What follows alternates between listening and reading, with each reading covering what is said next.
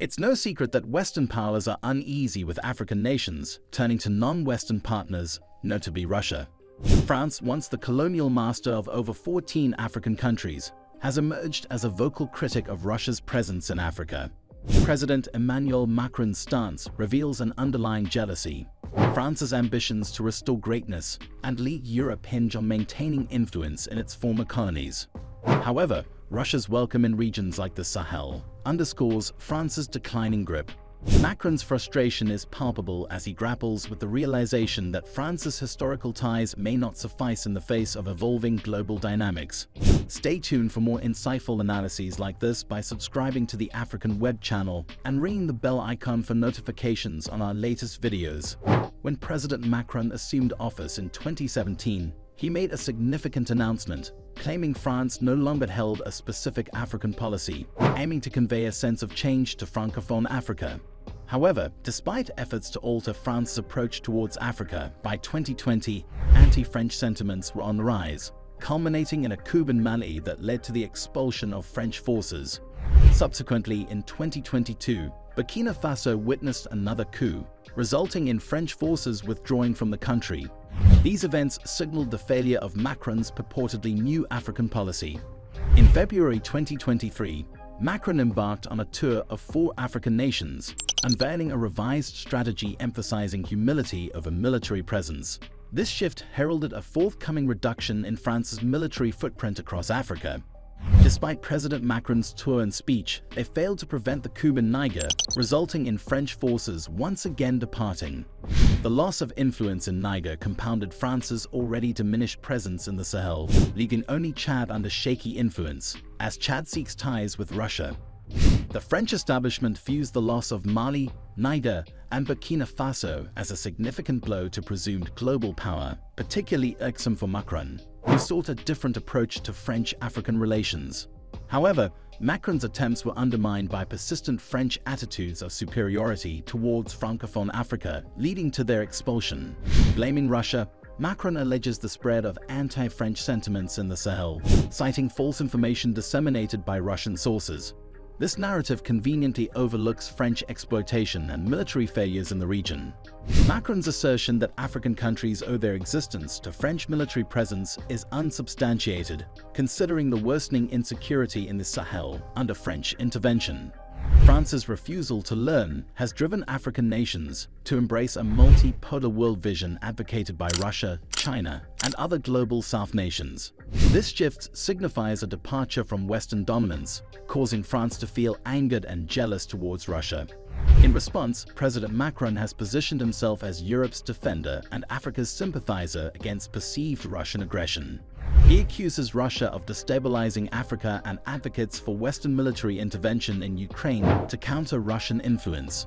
Macron asserts that Europe's credibility is at stake in the conflict with Russia, although this assertion may be more about restoring his own credibility after France's diminishing influence in Africa. Macron's call for troops in Ukraine is seen as an attempt to rebuild France's global standing, with him urging European leaders to display unwavering support in the face of perceived Russian aggression. He even stresses that there should be no limits to French support and calls on European leaders not to act cowardly. President Macron's oversight may lead to catastrophic consequences, as deploying NATO troops to Ukraine could escalate into World War III, given Russia's readiness to respond to US intervention. It's a shameful oversight on Macron's part, especially considering his recent setbacks in Africa. Thankfully, other European leaders have distanced themselves from his stance, showing greater prudence and foresight. Throughout President Macron's vocal opposition to Russia, Russian President Vladimir Putin remained notably reserved. However, during an interview on March 13th, Putin broke his silence, shedding light on Macron's motives.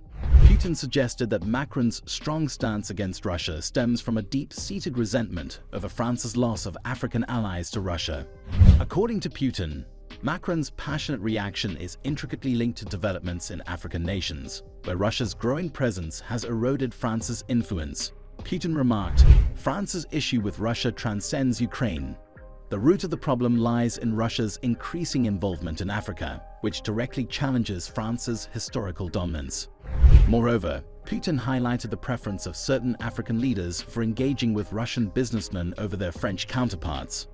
Despite these tensions, Putin emphasized that Russia does not actively antagonize France and respects its historical ties with African nations. This perspective offers a nuanced understanding of the complex dynamics shaping Franco-Russian relations and sheds light on Macron's strategic motivations. In our view, President Putin's assessment of President Macron is spot on. France's loss of influence in Africa has prompted Macron to deflect blame onto Russia, but the reality is far more complex. Russia's involvement in Africa's shifting geopolitics is minimal compared to France's historical exploitation of the region. For decades, even after granting nominal independence to African nations, France maintained control over their currencies and exploited their natural resources. For instance, a significant portion of France's electricity is sourced from uranium, mined at a remarkably low cost in Niger, where the majority of the population lacks access to electricity. This exploitation highlights the enduring legacy of colonialism and underscores the need for a more equitable relationship between Africa and its former colonial powers.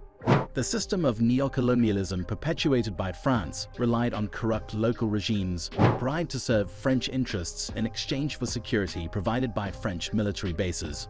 This arrangement enabled leaders like Omar Bongo of Gabon and Paul Biya of Cameroon to maintain power indefinitely. Any African leader who opposed this system faced removal or assassination orchestrated by France. However, the era of French dominance is waning, and African nations are embracing newfound independence and solidarity. They are banding together to resist French pressure to maintain the status quo and are forging a path towards self-determination and autonomy. As we conclude this discussion, it's evident that the dynamics of power and influence in Africa are undergoing significant shifts. The legacy of colonialism and neocolonial practices has long shaped the continent's trajectory, but African nations are now asserting their independence and forging a new path forward. We invite you to share your thoughts on today's topics in the comments below. What are your views on the evolving relationship between France and Africa? Do you believe African nations can truly achieve autonomy and self-determination in the face of historical challenges? We look forward to hearing your insights. Don't forget to subscribe to our channel for more thought-provoking content. Like this video and share it with others who might find it informative. Your support helps us continue to bring you engaging discussions on topics that matter. Thank you for watching, and we'll see you in the next video.